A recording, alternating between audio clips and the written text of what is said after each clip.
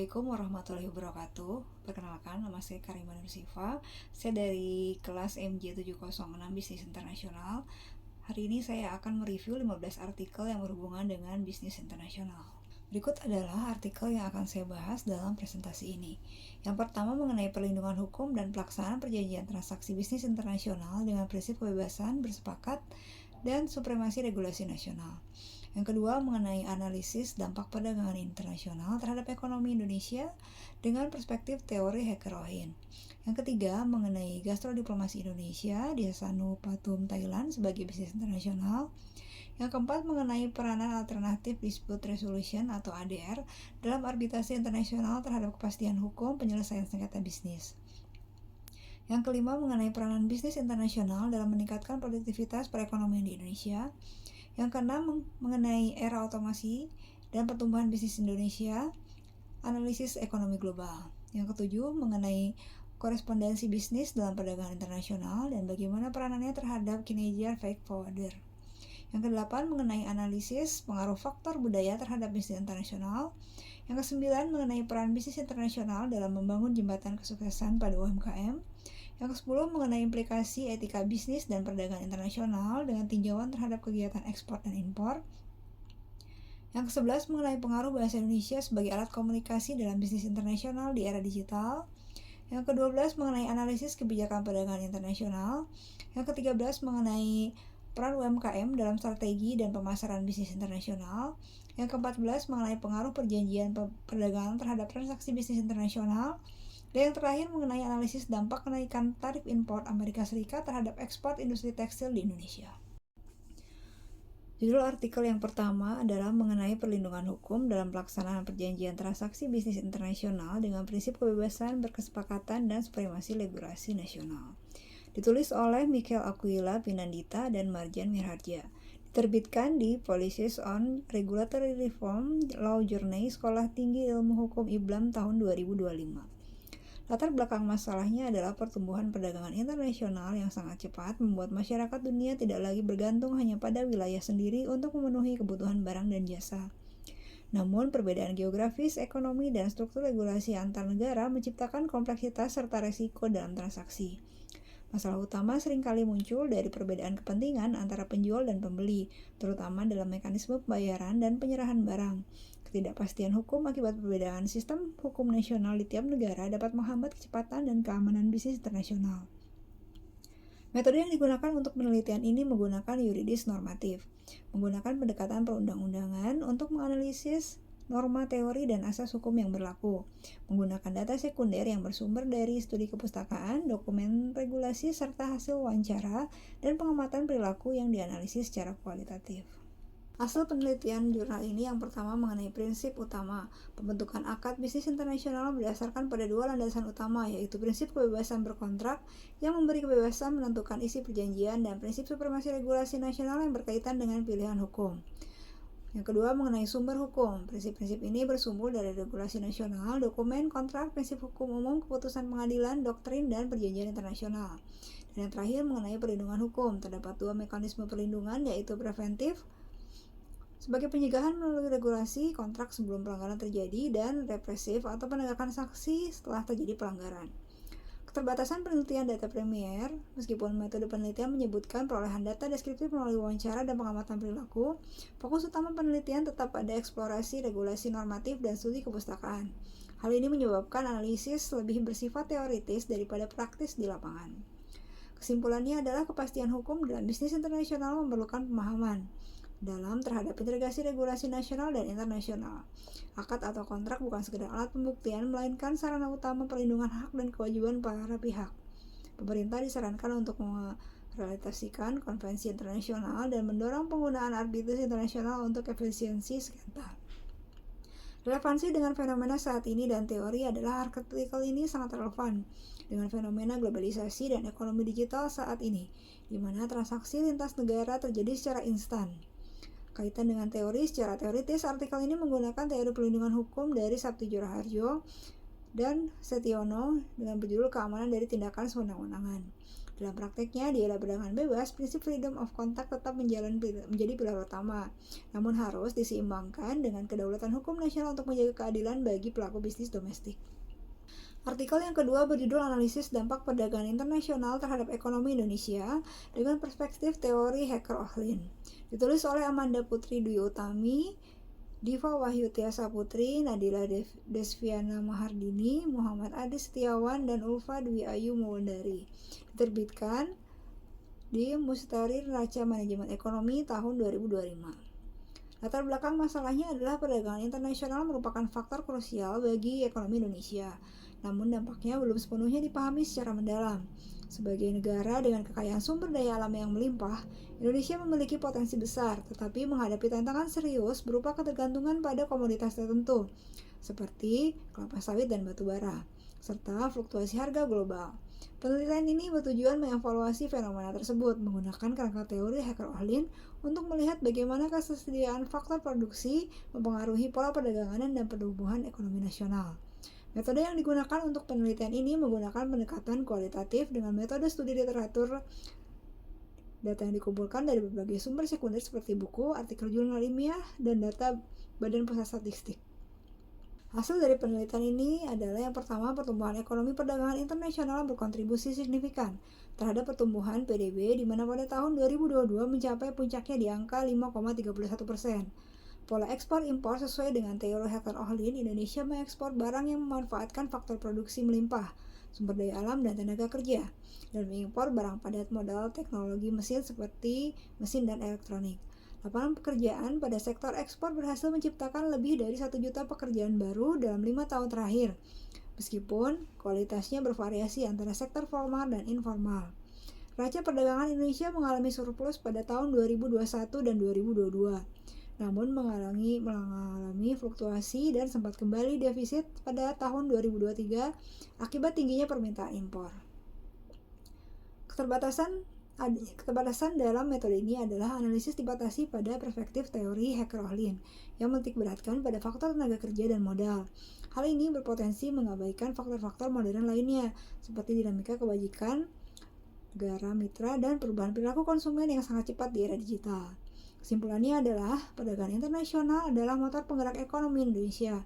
Namun tantangan berupa perkaitan ketat dari negara dan biaya produksi lebih rendah memerlukan kebijakan yang mendukung inovasi perlindungan industri lokal dan praktek berkelanjutan. Artikel ini sangat relevan dengan fenomena transformasi digital dan globalisasi saat ini.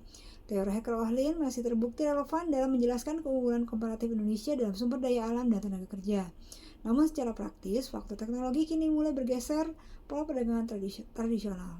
Relevansinya terlihat pada pemanfaatan e-commerce oleh UMKM untuk menjangkau pasar internasional yang menunjukkan bahwa akses pasar kini tidak hanya bergantung pada kelimpahan faktor fisik, tetapi juga terhadap adaptasi teknologi. Artikel yang ketiga berjudul Gastrodiplomasi Indonesia di Sasanupatum, Thailand sebagai Bisnis Internasional. Ditulis oleh Dita Sulianita dan Muhammad Qorib. Diterbitkan di Elmal, Jurnal Kajian Ekonomi dan Bisnis Islam tahun 2023. Latar belakang masalahnya adalah yang pertama, kurangnya strategi nasional. Upaya gastrodiplomasi Indonesia masih tergolong kecil dan belum menjadi fokus utama dalam kebijakan luar negeri Indonesia dibandingkan negara lain. Yang kedua, mengenai kurangnya sinergi, terdapat ketidakseimbangan dalam promosi makanan yang dilakukan oleh kedutaan besar dan kurangnya partisipasi simultan dari pihak-pihak terkait. Yang ketiga, mengenai ketergantungan pada aktor non-negara, pemerintah seringkali dikesampingkan, padahal aktor non-pemerintah dan diaspora memiliki peran krusial dalam mempromosikan produk lokal seperti rendang dan kancah internasional. Tantangan logistik adalah masalah ketersediaan bahan baku standar asli Indonesia di luar negeri masih menjadi kendala utama.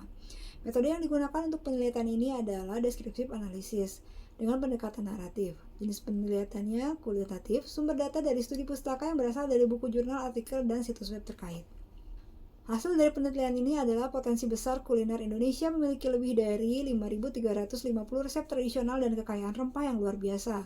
Dengan rendang yang berulang kali diakui sebagai makanan lezat di dunia oleh CNN, program co-branding. Pemerintah telah meluncurkan program co-branding restoran diaspora Indonesia Wonderful untuk meningkatkan citra bangsa, meskipun masih menghadapi kendala transportasi dan kerjasama B2B. Peran diaspora di Thailand berperan aktif memperkenalkan kuliner seperti rendang, bakwan, dan gado-gado melalui kegiatan studi banding dan festival. keberhasilan Thailand sebagai model, Thailand sukses menggunakan diplomasi perut untuk meningkatkan pariwisata dan ekonomi melalui standarisasi restoran dan pelabelan halal. Keterbatasan penelitian ini terbatas pada studi pustaka dan tidak melakukan observasi lapangan secara langsung. Kesimpulannya adalah gastrodiplomasi merupakan alat soft power yang efektif untuk membangun citra positif dan meningkatkan ekonomi nasional. Namun Indonesia memerlukan strategi nasional yang holistik, peningkatan kualitas sumber daya manusia, serta menjamin pasokan bumbu asli ke luar negeri agar dapat bersaing dengan kesuksesan Thailand. Relevansi dengan fenomena saat ini, banyak negara berlomba-lomba membangun merek nasional. Penggunaan media sosial oleh orang asing untuk mengulas makanan Indonesia menunjukkan bahwa gastrodiplomasi kini beralih ke rantai digital yang lebih luas. Artikel yang keempat berjudul Peranan Alternatif Dispute Resolution atau ADR dalam arbitrase internasional terhadap kepastian hukum penyelesaian sengketa bisnis. Ditulis oleh Mutia Aulia Apriyadi, Naura Ihsan Nakiyah, Miriam Mahalia, dan Asep Suherman. Diterbitkan di Jurnal Kajian Hukum dan Kebijakan Publik, volume 3 nomor 1 tahun 2025. Latar belakang masalahnya adalah globalisasi ekonomi meningkatkan transaksi lintas negara yang berpotensi menimbulkan sengketa bisnis kompleks. Mekanisme litigasi dan pengadilan nasional dianggap kurang efektif karena hambatan yurisdiksi, perbedaan sistem hukum dan proses yang lama, sehingga dibutuhkan mekanisme yang cepat, efisien, dan memberi kepastian hukum. Metode yang digunakan adalah metode normatif dengan pendekatan tematik melalui studi literatur, mengkaji peraturan internasional, serta peraturan nasional seperti Undang-Undang Nomor 30 Tahun 1995. Hasil dari penelitian ini adalah arbitrase internasional memberikan fleksibilitas prosedur, kerahasiaan, dan netralitas forum. Kepastian hukum dijamin melalui sifat putusan yang final dan mengikat, serta kemudahan eksekusi putusan di lebih dari 1.600 berkat Konvensi New York 1958. Batasan penelitian ini terletak pada fokus normatif, karena menggunakan metode normatif penelitian ini lebih berfokus pada analisis dokumen dan pengaturan, sehingga memungkinkan kurang menangkap dinamika empiris atau praktek lapangan yang terjadi di luar teks hukum. Kesimpulannya adalah arbitrasi internasional telah mentransformasi dirinya dari sekedar alternatif menjadi kebutuhan primer dalam ekosistem hukum bisnis global. Kesimpulan utama dari penelitian ini adalah bahwa kepastian hukum dalam transaksi lintas batas hanya dapat dicapai melalui mekanisme yang mampu melampaui batas-batas kedaulatan yurisdiksi nasional yang kaku. Efektivitas arbiter terletak pada sinergi antara prinsip parti autonomi dan dukungan instrumen internasional seperti Konvensi New York 1958 yang menjamin bahwa putusan tidak hanya bersifat final, tapi juga memiliki daya eksekusi nyata di berbagai belahan dunia. Relevansi dan teori. Relevansi dengan fenomena globalisasi saat ini di mana tidak ada negara yang bisa terisolasi, dikaitkan dengan teori pertumbuhan ekonomi yang menempatkan perdagangan sebagai katalisator ekspansi ekonomi serta peran UMKM dalam pemerataan pendapatan. Artikel yang kelima berjudul Peranan Bisnis Internasional dalam meningkatkan produktivitas perekonomian di Indonesia. Ditulis oleh Nurul Fazirah Harahap dan Hendra, diterbitkan di Jurnal Minfo Polgan, Universitas Islam Negeri Sumatera Utara, Desember 2023. Latar belakang masalahnya adalah perdagangan internasional merupakan faktor signifikan yang berdampak pada perkembangan ekonomi suatu negara. Pemerintah perlu mendorong pertumbuhan ekonomi melalui perdagangan luar negeri sebagai sarana untuk meningkatkan kesejahteraan masyarakat. Adanya kebutuhan untuk memahami bagaimana kegiatan ekspor dan impor berkontribusi secara spesifik terhadap produktivitas ekonomi Indonesia. Pentingnya peran UMKM dan sektor lainnya dalam memanfaatkan peluang bisnis internasional guna mengurangi kemiskinan dan meningkatkan kesetaraan pendapatan. Metode yang digunakan adalah deskriptif kualitatif dengan teknik pengumpulan data menggunakan tinjauan pustaka atau literatur. Sumber data berasal dari data sekunder yang berasal dari website, artikel, buku, dan jurnal yang relevan dengan topik penelitian. Hasil penelitiannya adalah kinerja ekspor-impor pada tahun 2022. Ekspor Indonesia bertumbuh luar biasa sebesar 25,31%, mencapai 19,16 US dollar miliar, yang diikuti dengan peningkatan impor sebesar 18,23 miliar US dollar. Manfaat ekonomi perdagangan internasional meningkatkan pendapatan nasional, cadangan devisa, dan permintaan tenaga kerja. Mendorong produktivitas hubungan internasional memacu produktivitas melalui 3 strategi: meningkatkan persaingan, penerapan teknologi baru, dan pencapaian skala ekonomi. Peran UMKM, ekspansi UMKM di berbagai sektor ekonomi terbukti efektif dalam mendorong pemerataan pertumbuhan ekonomi. Keterbatasan sumber data penelitian ini hanya menggunakan metode deskriptif kualitatif dengan sumber data sekunder yang berasal dari tinjauan pustaka seperti artikel, jurnal, dan website. Hal ini berarti penelitian tidak melibatkan data primer atau observasi langsung di lapangan. Kesimpulannya adalah perdagangan internasional berfungsi sebagai mesin pertumbuhan bagi Indonesia. Aktivitas ekspor dan impor secara langsung meningkatkan PDB dan memungkinkan Indonesia mengakses teknologi serta sumber daya di luar negeri yang tidak tersedia di dalam negeri. Keberhasilan ekonomi suatu bangsa ditandai oleh kemampuannya meningkatkan produktivitas melalui interaksi global. Fenomena transfer teknologi dari negara maju ke negara berkembang menjadi kunci peningkatan produktivitas nasional agar tetap kompetitif di pasar global. Artikel yang ke-6 berjudul Era Otomasi dan Pertumbuhan Bisnis Internasional di Indonesia dengan Analisis Ekonomi Global, ditulis oleh Sri Mulyono dan Ibnu Haris, diterbitkan di Journal of Islamic Business Management Studies, Institut Darul Quran, Juni 2022. Latar belakang masalahnya adalah revolusi industri, pengenalan teknologi digital dan internet memicu revolusi industri bertahap 3.0 dan 4.0 yang menghapus kendala ruang dan waktu dalam bisnis. Pergeseran paradigma, bisnis tidak lagi terbatas pada satu lokasi tetapi menjadi global atau bisnis internasional. Kesenjangan studi, meskipun banyak studi menghubungkan digitalisasi dengan bisnis asing, masih sedikit yang membahas analisis ekonomi global dan pertumbuhan spesifik di Indonesia dalam konteks otomasi. Kebutuhan adaptasi, perusahaan yang lambat beradaptasi dengan otomasi berisiko runtuh, sementara kelincahan menjadi kunci sukses baru. Metode penelitian yang digunakan menggunakan pendekatan kualitatif deskriptif dengan metode fenomenologis. Pencarian data dengan mengumpulkan literatur elektronik dari buku dan karya ilmiah yang diterbitkan dalam 10 tahun terakhir. Analisis menggunakan sistem pengodohan data, integrasi informasi, dan penarikan kesimpulan secara kolektif. Hasil dari penelitiannya adalah sektor potensial industri keuangan dan perbankan adalah sektor paling berkembang melalui layanan internet, banking, dan e-wallet. Transformasi pembayaran, adanya standarisasi sistem pembayaran seperti QRIS dan Bank Indonesia, dan penggunaan teknologi serta NFC. Keterbatasan penelitian ini terbatas pada pendekatan kualitatif deskriptif dengan metode fenomenologis yang mengandalkan literatur dari 10 tahun terakhir. Hal ini berarti temuan sangat bergantung pada ketersediaan dokumen elektronik dan interpretasi data sekunder yang ada. Kesimpulannya, studi ini menyimpulkan bahwa di era otomatisasi, teknologi menjadi penentu utama pertumbuhan bisnis internasional di Indonesia. Artikel ini sangat relevan dengan teori disruptif inovatif dan revolusi 4.0. Fenomena munculnya perusahaan yang mengutamakan kelincahan seperti Uber membuktikan bahwa yang cepat dapat mengalahkan yang besar. Secara praktis, penggunaan QRIS dan P2P lending yang dibahas dalam jurnal mencerminkan kondisi ekonomi Indonesia saat ini sedang bertransisi menuju masyarakat non-tunai. Berjudul Korespondensi Bisnis dalam Perdagangan Internasional, bagaimana peranannya terhadap kinerja freight forwarder, ditulis oleh Dedi Febrianto dan Fajria Fatimasari, diterbitkan di Jurnal Sosial Amoniora, Politeknik APP Jakarta, Kementerian Perindustrian Republik Indonesia tahun 2022. Latar belakang masalahnya yang pertama adalah korespondensi bisnis, khususnya melalui email, memiliki peran vital dalam perdagangan internasional sebagai sarana komunikasi utama antara eksportir dan importir. Bagi perusahaan yang bertindak sebagai perantara, penguasaan bahasa Inggris dalam korespondensi merupakan tantangan besar karena aturan dan format yang kompleks. Banyak perusahaan kecil dan menengah di bidang ini masih menganggap kendala bahasa Inggris dan teknis yang dapat menghambat kinerja operasional mereka. Metode yang digunakan adalah pendekatan deskriptif kualitatif dengan studi kasus.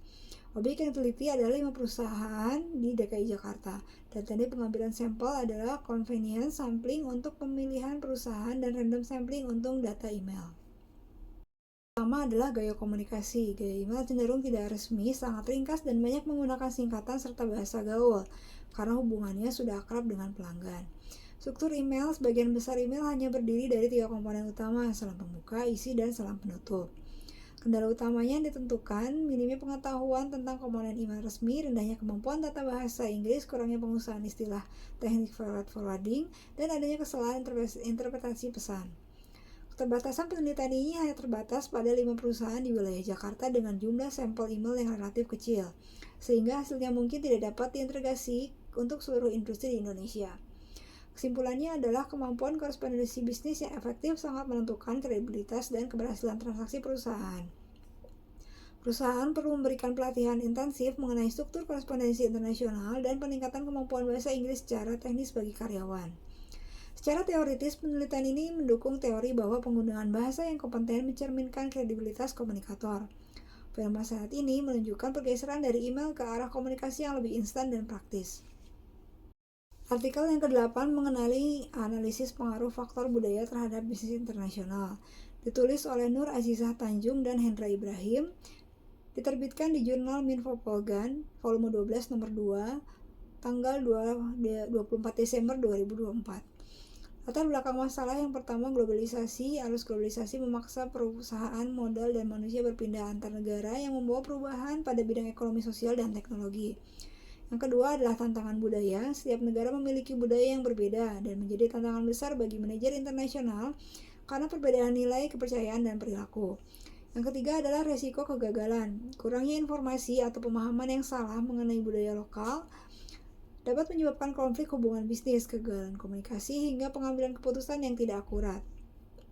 Metode yang digunakan dalam penelitian ini menggunakan metode kualitatif deskriptif dengan pendekatan studi literatur. Data yang dikumpulkan dengan menghimpun informasi relevan dari jurnal, buku, dan artikel terkait untuk kemudian dianalisis secara mendalam. Penelitian menunjukkan bahwa faktor budaya mempengaruhi 6 aspek kunci dalam bisnis internasional, yaitu komunikasi, sikap dan perilaku, etika bisnis, bahasa, adaptasi produk, dan manajemen diversitas. Keterbatasan penelitian ini menggunakan metode kualitatif studi literatur. Hasilnya bersifat teoritis dan mungkin memerlukan data premier lapangan untuk kasus-kasus spesifik di negara tertentu. Kesimpulannya, integrasi aspek budaya di dalam strategi bisnis adalah sebuah keharusan. Manajer yang mampu beradaptasi dengan keberagaman budaya dan lebih sukses dalam mengatasi tantangan dan memanfaatkan peluang di pasar internasional yang dinamis. Sesuai dengan teori Hofstede, budaya adalah pemrograman pemikiran kolektif yang mempengaruhi keinginan konsumen. Di era ekonomi digital dan saat ini, perusahaan tidak lagi dibatasi wilayah provinsi atau publik. Relevansinya terlihat pada bagaimana perusahaan global harus memahami perilaku pembelian lintas budaya agar tetap kompetitif di tengah persaingan global yang ketat. Artikel yang ke-9 adalah mengenai peran bisnis internasional dalam membangun jembatan kesuksesan pada UMKM. Ditulis oleh Hendra Ibrahim dan Reza Cynthia. Diterbitkan di jurnal Minfo Polgan, volume 12 nomor 2, tanggal 3 Januari 2024. Latar belakang masalah, perubahan lingkungan bisnis global mendorong banyak perusahaan untuk melakukan perdagangan internasional guna memperluas jangkauan pasar dan menghadapi persaingan yang makin intensif. Di Indonesia, UMKM memiliki peran yang sangat krusial dengan jumlah mencapai 65,4 juta unit pada tahun 2019 dan berkontribusi sebesar 60,5% terhadap PDB negara. Metode yang digunakan adalah metodologi tinjauan literatur, mengumpulkan informasi dan data dari sumber online serta jurnal-jurnal sebelumnya. Pendekatan kualitatif menggunakan data deskriptif dari peristiwa yang dapat diamati baik dalam bentuk tulisan maupun lisan. Hasil dari penelitian ini adalah bisnis internasional memainkan fungsi digital dalam meningkatkan kesuksesan UMKM melalui beberapa poin utama. Yang pertama adalah akses pasar dan pendapatan. Memberikan akses ke pelanggan global yang meningkatkan potensi penjualan dan skala keuntungan. Inovasi dan teknologi, interaksi dengan bisnis global memicu UMKM untuk berinovasi, meningkatkan kualitas produk, serta mendapatkan akses ke teknologi yang tidak tersedia di pasar lokal. Diversifikasi resiko, mengurangi ketergantungan pada satu pasar domestik sehingga resiko fluktuasi ekonomi dapat ditekan. Dukungan pemerintah, aktivitas internasional UMKM didukung oleh kebijakan seperti keringanan pajak ekspor, subsidi finansial, pelatihan keterampilan bahasa, dan penyederhanaan proses bea cukai. Keterbatasan metodologi terbatas pada studi literatur. Penelitian ini sepenuhnya mengandalkan metode tinjauan literatur dan pendekatan kualitatif deskriptif dari sumber sekunder. Hal ini menyebabkan kurangnya data premier yang diambil langsung dari lapangan oleh pelaku UMKM secara spesifik. Kesimpulannya adalah bisnis internasional berperan sebagai jembatan bagi UMKM untuk naik kelas melalui pemasaran produk ke mancanegara yang pada akhirnya berkontribusi pada pendapatan nasional dan kesejahteraan kelompok marginal. Artikel ini relevan dengan teori penawaran dan permintaan. di mana perdagangan internasional terjadi karena tidak ada negara yang mampu memenuhi seluruh kebutuhannya sendiri. Artikel yang ke-10 berjudul Implikasi Etika Bisnis dalam Perdagangan Internasional dengan tinjauan terhadap kegiatan ekspor dan impor, ditulis oleh Dewi Fatmala Putri dan Yuliani. Diterbitkan di Jurnal Ilmiah Manajemen Bisnis dan Kewirausahaan Institut Agama Islam Negeri Kediri tahun 2023. Latar belakang masalahnya yang pertama, perdagangan internasional dipicu oleh ketidakmampuan suatu negara memenuhi kebutuhannya sendiri, sehingga diperlukan kerjasama lintas batas. Namun, globalisasi dan perluasan pasar ini membawa resiko kecurangan dan konflik. Masalah utama yang diangkat meliputi seringnya mengabaikan hak pekerja dan penggunaan tenaga kerja murah demi efisiensi biaya, penggunaan metode produksi yang tidak ramah lingkungan, adanya praktek persaingan tidak sehat seperti dumping, dan maraknya kasus korupsi, suap, dan pungli yang merugikan masyarakat. Penelitian ini menggunakan metode deskriptif analitis. Data yang dikumpulkan melalui situs pustaka dan berbagai sumber seperti jurnal, buku, laporan, dan literatur yang lain. Hasil dari penelitian ini adalah hasil studi menekankan bahwa perusahaan dan kegiatan ekspor dan impor wajib memenuhi implikasi etika bisnis untuk mencapai perdagangan yang berkelanjutan. Poin utama hasil penelitian meliputi yang pertama, prinsip etika. Bisnis harus berdasarkan prinsip otonomi, kejujuran, keadilan bagi karyawan, saling menguntungkan, serta integritas moral. Keuntungan moral pasar bebas. Sistem pasar bebas yang etis dapat menjamin keadilan melalui perilaku yang sama bagi semua pelaku ekonomi dan distribusi barang yang efisien. Etika dan profit. Meskipun sering dianggap berseberangan, perusahaan yang mengabaikan etika demi profit semata cenderung mengalami kerugian jangka panjang hingga kebangkrutan. Sertifikasi halal dalam konteks perdagangan internasional, pelabelan halal menjadi bagian dan etika untuk memberikan rasa aman bagi konsumen muslim. Metode penelitian yang terbatas pada studi pustaka dan metode deskriptif analitis yang datanya hanya diperoleh dari sumber-sumber literatur terkait, seperti jurnal, buku, dan laporan. Hal ini menyebabkan tidak adanya data primer atau observasi langsung di lapangan mengenai praktek etika bisnis dan perusahaan ekspor impor tertentu secara nyata. Kesimpulannya, etika bisnis bukan sekedar pelengkap, melainkan fondasi penting dalam perdagangan internasional. Perusahaan harus bertanggung jawab terhadap lingkungan dan masyarakat lokal serta mematuhi regulasi yang ada demi meminimalkan dampak negatif kegiatan ekspor impor. Mengacu pada teori transaksi ekonomi dan perdagangan internasional yang menyatakan bahwa bisnis internasional bertujuan untuk mencari keuntungan lintas negara. Di tengah persaingan yang ketat, fenomena suap untuk memenangkan proyek atau mengurangi beban pajak yang diungkapkan oleh George Moody Stuart masih sangat relevan. Artikel ke-11 yang berjudul Pengaruh Bahasa Indonesia sebagai Alat Komunikasi dalam Bisnis Internasional di Era Digital. Ditulis oleh Ika Febriana, Febri Huta Barat, Mary Kristiani, Rina Salmadianis, dan Uswatul Akmalia. Diterbitkan di Sementik Jurnal Riset Ilmu Pendidikan, Bahasa dan Budaya pada November 2024. Latar belakang masalahnya adalah globalisasi telah mendorong pertumbuhan perdagangan lintas batas yang signifikan, di mana bahasa menjadi jembatan vital untuk mengatasi perbedaan budaya dan memperlancar kerjasama bisnis. Bahasa Indonesia memiliki posisi krusial sebagai bahasa negara dengan populasi terbesar keempat di dunia dan pusat pertumbuhan ekonomi di Asia Tenggara. Penelitian ini menggunakan metode studi literatur. Penelitian mengumpulkan, mengkaji, dan menganalisis data sekunder dari berbagai sumber seperti jurnal ilmiah, buku, dan artikel yang relevan. Artikel yang ke-12 berjudul Analisis Kebijakan Perdagangan Internasional. Ditulis oleh Nadia Sylvia Amanda dan Nuri Aslami. Diterbitkan di Jurnal Ekonomi dan Currency Study, Pusdikra Publishing Januari 2022. Latar belakang masalahnya yang pertama adalah perdagangan internasional dipicu oleh keterbatasan sumber daya yang dimiliki oleh setiap negara, di mana tidak ada satupun negara yang dapat memenuhi 100% kebutuhannya sendiri secara swasembada. Namun, masuknya barang dan jasa asing yang lebih diminati masyarakat dapat berdampak buruk bagi perekonomian domestik. Oleh karena itu, pemerintah perlu merumuskan kebijakan perdagangan untuk melindungi ekonomi dalam negeri dari dampak negatif persaingan internasional. Penelitian ini menggunakan metode kualitatif dengan pendekatan analitis deskriptif. Metode ini bertujuan untuk menggali informasi sesuai gambaran fenomena sosial saat penelitian dilakukan dan memperoleh pemahaman komprehensif mengenai proses bisnis internasional di Indonesia. Penelitian menunjukkan bahwa bisnis Indonesia berkembang melalui beberapa tahap dan pengaruh oleh berbagai faktor. penyebab perbedaan hasil produksi, perbedaan harga, dan keinginan peningkatan produktivitas melalui spesialisasi. Tahap masuk bisnis internasional dimulai dari ekspor aktif, penjualan lisensi, franchising, pemasaran di luar negeri, hingga tahap paling intensif yaitu produksi dan pemasaran di luar negeri. Keterbatasan metode deskriptif kualitatif sangat bergantung pada kemampuan penelitian dalam menggali dan menginterpretasikan informasi. Hal ini dapat menimbulkan bias subjektivitas dalam penggambaran fenomena bisnis internasional di Indonesia. Kesimpulannya adalah perdagangan internasional adalah kebutuhan mutlak bagi setiap negara untuk menutupi kekurangan sumber daya. Transaksi ini menciptakan hubungan simbiosis mutualisme yang mendorong industrialisasi dan pembukaan lapangan kerja. Namun memerlukan kebijakan pemerintah yang kuat untuk menjaga neraca pembayaran dan perlindungan industri lokal. Artikel ini relevan dengan teori keunggulan mutlak Adam Smith dan keunggulan komparatif David Ricardo yang menjelaskan mengapa negara tetap berdagang meskipun salah satu negara lebih efisien dalam segala hal. Artikel ke-13 berjudul Peran UMKM dalam Strategi dan Pemasaran Bisnis Internasional, ditulis oleh Dinda Syafira dan Hendra Ibrahim, diterbitkan di jurnal Minfo Polgan volume 12 nomor 2 bulan Desember 2023.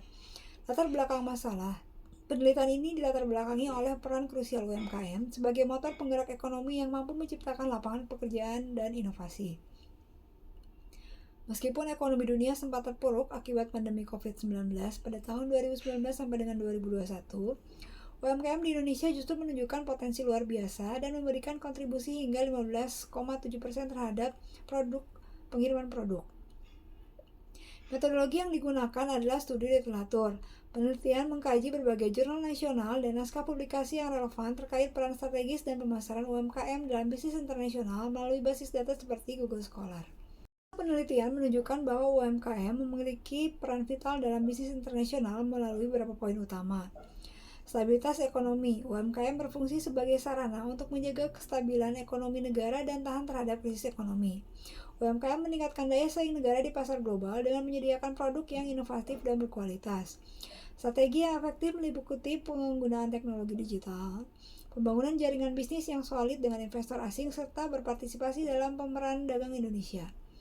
Keterbatasan artikel ini cenderung bersifat deskriptif berdasarkan tinjauan literatur yang sudah ada dan tidak menyertakan data premier atau studi kasus spesifik yang mendalam untuk menguji aktivitas satu strategi tertentu di lapangan. Kesimpulannya adalah UMKM adalah pilar penting dalam ekonomi global. Dengan mengutamakan kualitas produk, mengadopsi inovasi komputer, dan memanfaatkan platform e-commerce, UMKM dapat memperluas sektor usahanya dan memperkuat citra bangsa di mata dunia. Artikel ini sangat relevan dengan fenomena digitalisasi ekonomi pasca pandemik. Saat ini, penggunaan e-commerce dan platform digital menjadi kewajiban bagi UMKM untuk bertahan.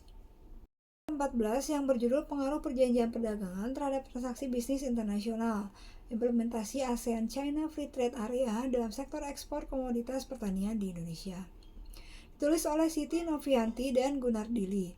Diterbitkan Nusantara Jurnal Ilmu Pengetahuan Sosial tahun 2025. Latar belakang masalah penelitian ini dilatar belakangi oleh pentingnya perjanjian perdagangan batas FTA sebagai instrumen kerja saat ekonomi untuk menghilangkan hambatan tarif dan non-tarif. Fokus utamanya adalah implementasi AFTA sejak tahun 2010 telah mengubah dinamika ekspor pertanian Indonesia. Penelitian ini menggunakan metode hukum normatif empiris dengan pendekatan yuridis normatif, pendekatan undang-undang, dan pendekatan konseptual. Penelitian menunjukkan dampak positif dari trade creation, yaitu penurunan tarif impor Cina dari rata-rata 9,8% menjadi 0,1%. Meningkatnya volume ekspor komoditas unggul seperti minyak sawit, karet, dan kopi. Dampak negatif dari trade diversion, komoditas dengan kelemahan struktural seperti kakao mentah mengalami penurunan daya saing karena China masih dikendalikan oleh hambatan non-tarif. Keterbatasan metode penelitian dari pengumpulan data primer dilakukan melalui wawancara mendalam dengan pihak-pihak tertentu seperti eksportir, pejabat Kementerian Perdagangan, Bea Cukai, dan lembaga karantina. Namun, jumlah sampel atau lingkup geografis dan para pelaku usaha ini tidak dijelaskan secara spesifik. Kesimpulannya, AFTA memberikan peluang besar yang sangat besar, namun manfaatnya belum optimal. Relevansi artikel ini dengan teori liberalitas perdagangan yang memicu fenomena trade creation dan trade diversion. Dalam konteks ini, artikel menyoroti pentingnya kepatuhan terhadap standar global. Yang ke-15 berjudul Analisis Dampak Kenaikan Tarif Impor Amerika Serikat terhadap Ekspor Industri Tekstil di Indonesia. Ditulis oleh Nehemia Rechel, Malva Hanifa, Maria Aristamogi, Septian Dwi Wayan Putri, dan Sakila Sal. Diterbitkan di Jurnal Akademi Ekonomi dan Manajemen, Kampus Akademi Publishing, Juni 2025. Latar belakang masalahnya adalah industri tekstil merupakan sektor unggulan Indonesia yang berkontribusi besar pada lapangan kerja dan devisa. Kebijakan atau tarif timbal balik yang diberlakukan oleh Presiden Amerika Serikat Donald Trump menjadi tantangan berat bagi Amerika Serikat. Adalah salah satu tujuan ekspor utama produksi tekstil Indonesia. Kenaikan tarif ini menyebabkan biaya produksi dan harga barang di pasar ekspor meningkat sehingga menurunkan daya saing produksi Indonesia dibandingkan dengan negara lain. Penelitian ini menggunakan metode deskriptif kualitatif dengan pendekatan studi literatur. Data yang dikumpulkan melalui kumpulan artikel dan jurnal yang kemudian dijelaskan melalui deskripsi objek pengamatan untuk mendalami hubungan antara perdagangan internasional dan pertumbuhan ekonomi. Hasil dari penelitian ini, yang pertama dampak negatif, kenaikan tarif mengakibatkan penurunan volume ekspor. Dampak positif dan peluang, kebijakan ini mendorong produsen untuk melakukan diversifikasi pasar ke negara alternatif seperti Afrika dan Timur Tengah.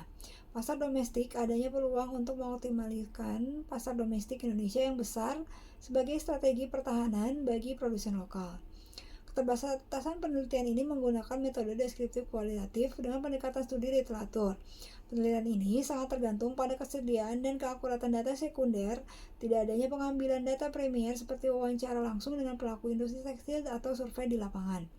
Kesimpulannya, meskipun pada awalnya kenaikan tarif dianggap sebagai hambatan yang mengancam keberlanjutan industri, kebijakan ini juga menjadi peluang bagi industri tekstil Indonesia untuk bertransformasi secara berkelanjutan, memperkuat daya saing, dan mengurangi ketergantungan pada satu pasar utama. Artikel ini berkaitan erat dengan teori perdagangan internasional dan kebijakan proteksionisme. Kebijakan Trump mencerminkan upaya perlindungan industri dalam negeri Amerika Serikat yang berdampak pada dinamika pasar global. Pada presentasi ini, saya cantumkan juga daftar pustaka untuk mempermudah melihat link dari artikel yang sudah saya review. Demikian presentasi video ini saya buat. Terima kasih untuk segala kesempatannya. Wassalamualaikum warahmatullahi wabarakatuh.